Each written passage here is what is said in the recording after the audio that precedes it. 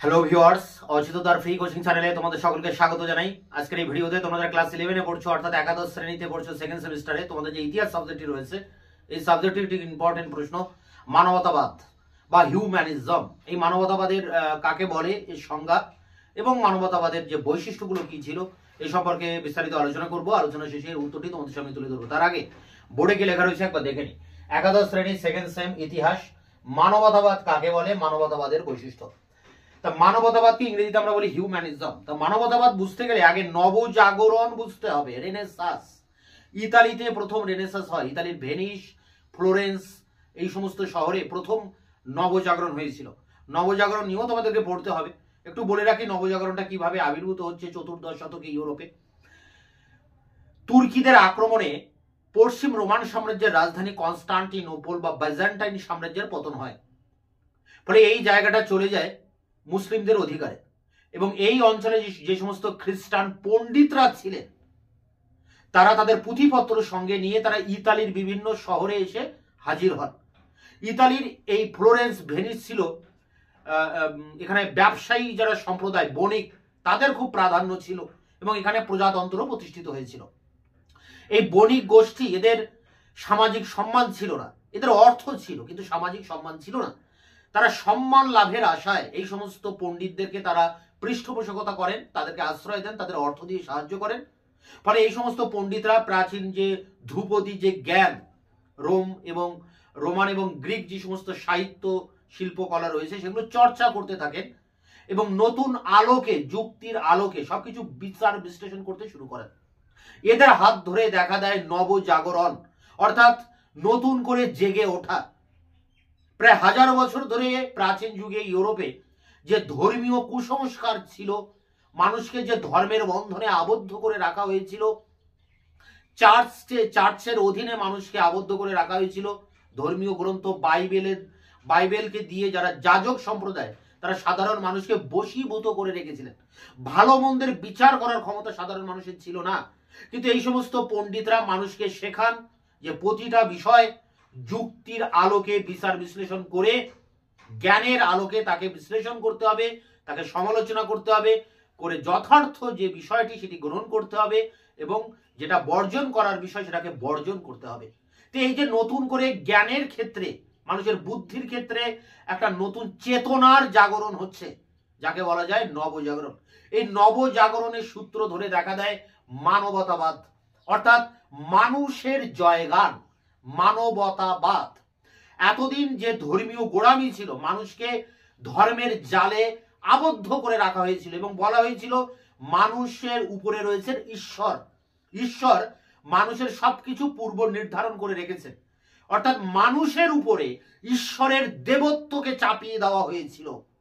মানুষ একটা খেলার পুতুলে পরিণত হয়েছিলেন, ঈশ্বরের খেলার পুতুলে পরিণত হয়েছিলেন এবং মানুষকে পরিচালনা করছেন ঈশ্বর।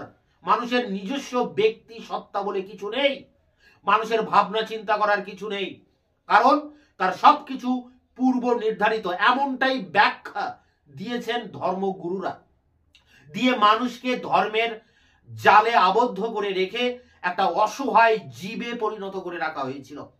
কিন্তু এই মানবতাবাদীরা ছিলেন উদার, তাদের কাছে ধর্মটা বিষয় ছিল না, তারা ছিল ধর্মনিরপেক্ষ।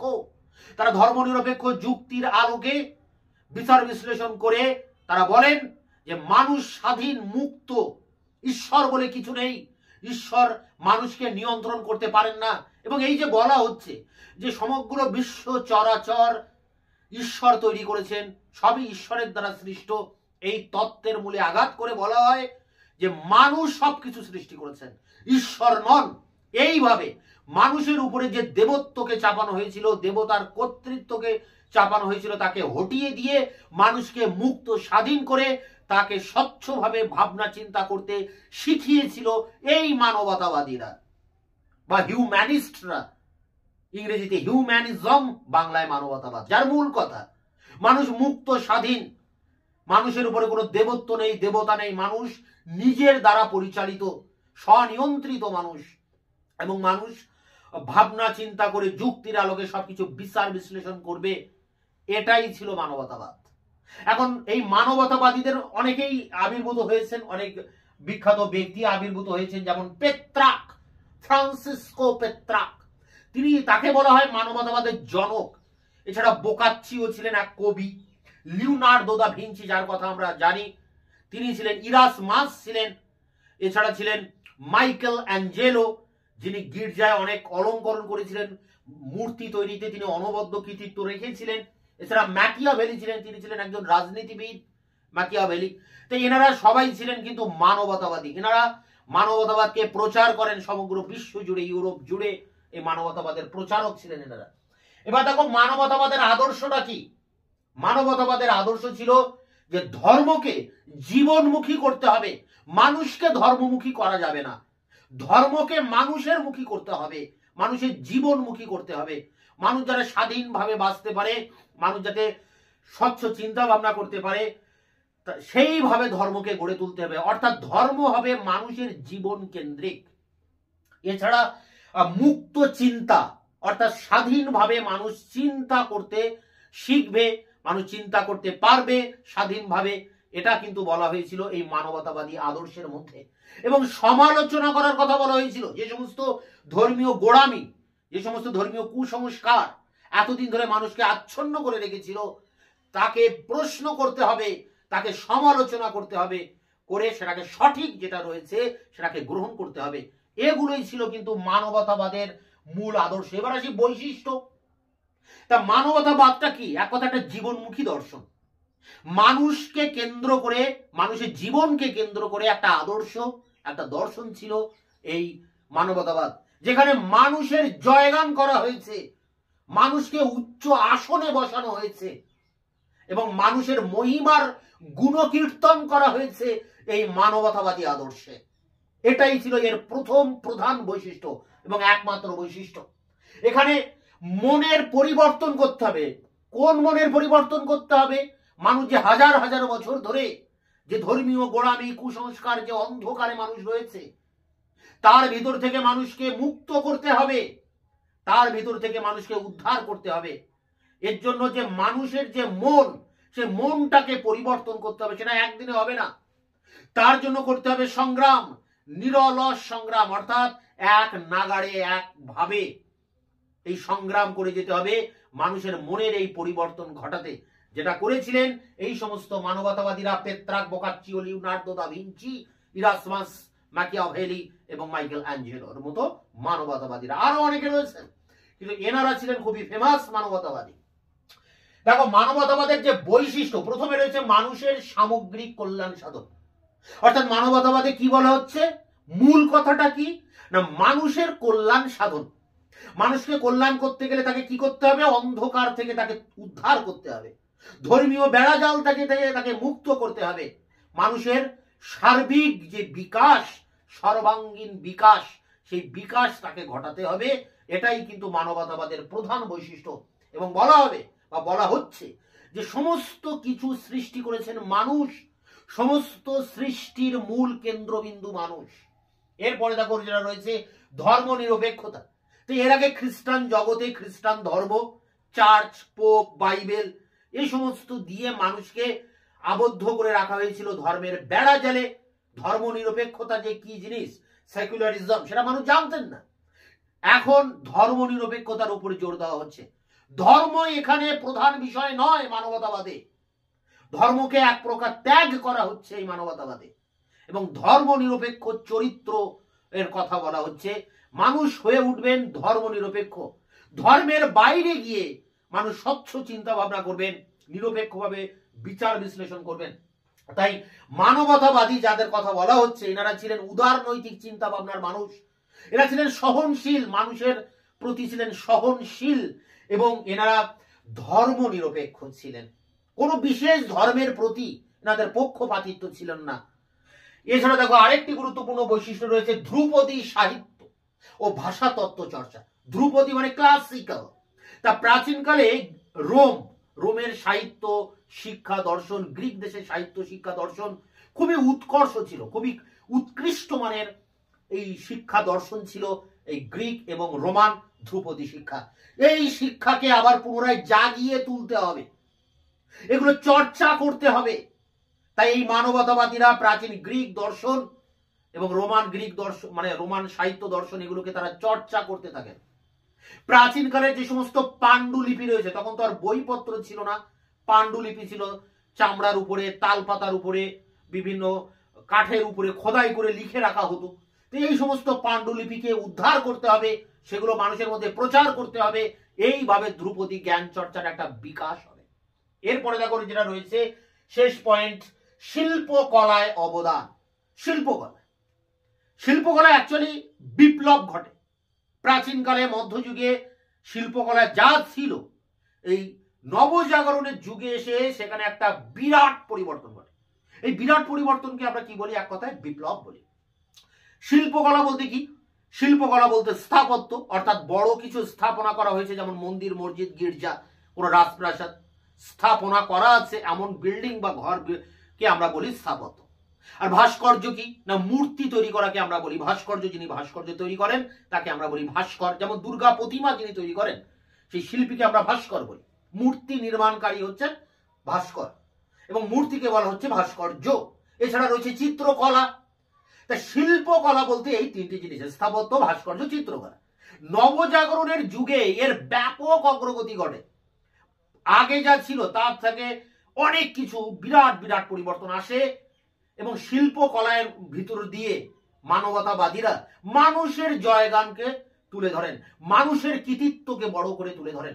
এই শিল্পকলার মূল বৈশিষ্ট্য ছিল মানুষের জয়গান করা। লিওনার্দো দা ভিঞ্চি একাধিক ছবি এঁকেছেন, Raphael, the Last Supper, Mona Lisa, এরকম বিভিন্ন ছবি এঁকেছেন। মাইকেল অ্যাঞ্জেলো বিখ্যাত বিখ্যাত মূর্তি তৈরি করেছেন। তো এই সমস্ত শিল্পকলার পিছনে মূল যে বিষয় ছিল মানবতাবাদ, অর্থাৎ মানুষের জয়গান। তো এইভাবে মানবতাবাদকে প্রচার করা হয় সারা বিশ্ব জুড়ে, ইউরোপ জুড়ে, এবং মানবতাবাদ আজও কিন্তু বহমান, আজও টিকে আছে। আজকে যে আমরা স্বাধীন মুক্তভাবে চিন্তা ভাবনা করছি, সবকিছু জ্ঞানের আলোকে বিচার বিশ্লেষণ করছি, আমরা সহজে কোনো জিনিস মানতে চাই না, যুক্তি তর্ক করি, এটা এলো কিভাবে? কোথা থেকে এলো? এই মানবতাবাদ থেকে এলো, এই নবজাগরণ থেকে এলো। এই সমস্ত মানবতাবাদীরা আমাদেরকে শিখিয়েছেন কিভাবে যুক্তির আলোকে সবকিছু বিচার বিশ্লেষণ করতে হয়। এটাই মানবতাবাদ, নবজাগরণের একটি বিশেষ অঙ্গ, একটা পার্ট। নবজাগরণের আরেকটি দিক হচ্ছে কিন্তু এই মানবতাবাদ। তা মানবতাবাদ কি এবং মানবতাবাদের বৈশিষ্ট্য বলতে এই মানুষের সামগ্রিক কল্যাণ সাধন, ধর্মনিরপেক্ষতা, ধ্রুপদী সাহিত্য, ভাষাতত্ত্ব চর্চা এবং শিল্পকলার ক্ষেত্রে অগ্রগতি, এই হচ্ছে মানবতাবাদের বৈশিষ্ট্য। এগুলোকে সামনে রেখে এই যে অ্যান্সার, সেই অ্যান্সার আমি তোমাদের জন্য রেডি করেছি, সেটা নিয়ে এবার অন স্ক্রিনে আলোচনা করছি। ক্লাস 11 হিস্ট্রি সেকেন্ড সেম, মানবতাবাদ সম্পর্কে আলোচনা করো, মানবতাবাদের বৈশিষ্ট্যগুলি আলোচনা করো। মার্কস 4, মানবতাবাদ। প্রথমে মানবতাবাদ কাকে বলে তার উপরে লিখতে হবে। দেখো, ইউরোপে রেনেসাঁস পর্বে মানুষের চিন্তাধারায় একটি বিশেষ দিকে ধাবিত হয়েছিল। এই বিশেষ দিকটি হলো মানবতাবাদ বা হিউম্যানিজম। স্টিফেন লি এর মতে মানবতাবাদ হলো রেনেসাঁস যুগে সব রকম সাংস্কৃতিক অনুপ্রেরণা, যা সাহিত্য, চিত্রকলা, ভাস্কর্য, রাজনৈতিক ধ্যান ধারণাকে গভীরভাবে প্রভাবিত করেছিল। ফ্রান্সিসকো পেত্রাক ছিলেন মানবতাবাদের জনক। রেনেসাঁসের যুগে কয়েকজন উল্লেখযোগ্য মানবতাবাদী ছিলেন: Boccaccio, Leonardo da Vinci, Erasmus, Machiavelli, Michael Angelo এবং টমাস মোর প্রমুখ। মানবতাবাদের আদর্শ। মানবতাবাদের মূল বক্তব্য হলো যে ধর্মের সংকীর্ণতা পূর্ণ অন্ধ গলিতে আবর্তিত হওয়ার কোনো প্রয়োজন নেই। ধর্মকে গড়ে তুলতে হবে জীবনমুখী করে। মানবতাবাদ মানুষকে ধর্মীয় গোড়ামির মানসিক বন্দিত্ব থেকে মুক্তি দেয় এবং মুক্ত চিন্তা ও সমালোচনা করতে উৎসাহিত করে। মানবতাবাদ ঈশ্বরের গুণকীর্তনের পরিবর্তে মানুষের সুখ দুঃখ, আনন্দ, বেদনা, প্রেম ও ভালোবাসার কথা প্রচার করে। এরপরে দেখো মানবতাবাদের বৈশিষ্ট্য। মূল যে পয়েন্টস রয়েছে মানবতাবাদের বৈশিষ্ট্য। মানবতাবাদ হলো জীবনমুখী দর্শন। মানবতাবাদীরা মধ্যযুগীয় ধর্মান্ধতা থেকে সাধারণ মানুষদের হৃদয় বা মনের পরিবর্তন করতে নিরলস সংগ্রাম করেছিলেন। মানবতাবাদীদের বৈশিষ্ট্যগুলি, প্রথম যে পয়েন্ট বা বৈশিষ্ট্য, মানুষের সামগ্রিক কল্যাণ সাধন। শুধুমাত্র ব্যক্তির নিজের বা গোষ্ঠীর বা জাতির মঙ্গল সাধনই হলো মানব জাতির মূলনীতি। সবার উপরে মানুষ মর্যাদা ও মহিমা এবং রক্ত মাংসের মানুষের অনুভূতির প্রতি ছিল মানবতাবাদীদের সুগভীর বিশ্বাস। তাদের চোখে মানুষই ছিল সমস্ত সৃষ্টির কেন্দ্রবিন্দু। পয়েন্ট ধর্মনিরপেক্ষতা। চিন্তা ও মননে মানবতাবাদীরা ছিলেন উদারনৈতিক সহনশীল ধর্মনিরপেক্ষ মানুষ। তারা মধ্যযুগীয় ধর্মীয় অনুশাসন ও বিধিনিষেধের অগ্রাহ্য করে স্বাধীন নিরপেক্ষ দৃষ্টিভঙ্গি নিয়ে কোনো কিছু গ্রহণ বা বর্জনে শিক্ষা লাভ করে। পয়েন্ট ধ্রুপদী সাহিত্য ও ভাষা তত্ত্ব চর্চা। মানবতাবাদী অতীত যুগের অর্থাৎ ধ্রুপদী গ্রিক ও রোমান ইতিহাস, দর্শন, বিজ্ঞান, সাহিত্য, ভাষাতত্ত্ব প্রভৃতি অধ্যয়ন করে অর্জিত জ্ঞান সাধারণ মানুষের মধ্যে বিতরণ করে। রেনেসাঁস যুগে মানবতাবাদীদের একটি প্রধান কাজ ছিল প্রাচীন পাণ্ডুলিপি সংগ্রহ ও প্রচার করা। পয়েন্ট দেখো, শেষ পয়েন্ট বা বৈশিষ্ট্য, শিল্পকলায় অবদান। মধ্যযুগে শিল্পকলার বিষয়বস্তু ছিল ঈশ্বর এবং যিশু। মানবতাবাদী শিল্পীদের শিল্প কার্যের বিষয়বস্তু ছিল মানুষ ও প্রকৃতি। শিল্পকলার মাধ্যমে মানুষের দুঃখ কষ্ট আনন্দ বেদনা ফুটিয়ে তুলে তারা শিল্পকলার ইতিহাসে এক বিপ্লব সাধন করেন। এরপর দেখো রয়েছে উপসংহার। পরিশেষে বলা যায় মধ্যযুগীয় অরাজকতা, ধর্মীয় গোড়ামি এবং সামাজিক কুসংস্কারাচ্ছন্ন তা থেকে মুক্তির পথ দেখিয়েছিল মানবতাবাদীগণ। এই মহান পন্থাই হলো মানবতাবাদী আন্দোলনের মূল বৈশিষ্ট্য। তো এই ছিল মানবতাবাদ কাকে বলে এবং তার বৈশিষ্ট্যের উপরে 4 নম্বরের কোশ্চেন অ্যান্সার। এটি সংগ্রহ করে পরীক্ষার প্রস্তুতি নাও। তোমাদের এই অধ্যায়ের অনেকগুলি প্রশ্নের উত্তর, যেমন সুফিবাদের বৈশিষ্ট্য, সুফিবাদের গুরুত্ব, ভক্তিবাদী আন্দোলনের বৈশিষ্ট্য গুরুত্ব, এই সমস্ত প্রশ্নের উত্তর ইতিমধ্যে চ্যানেলে আপলোড করে দিয়েছি। এছাড়া তোমাদের সাজেশনের অন্যান্য প্রশ্নের উত্তর নিয়ে খুব দ্রুত তোমাদের সামনে এসে হাজির হচ্ছি। ততক্ষণ চ্যানেলকে তোমরা সাবস্ক্রাইব করে রাখবে, বন্ধুদের কাছে শেয়ার করবে। ভিডিওটি ভালো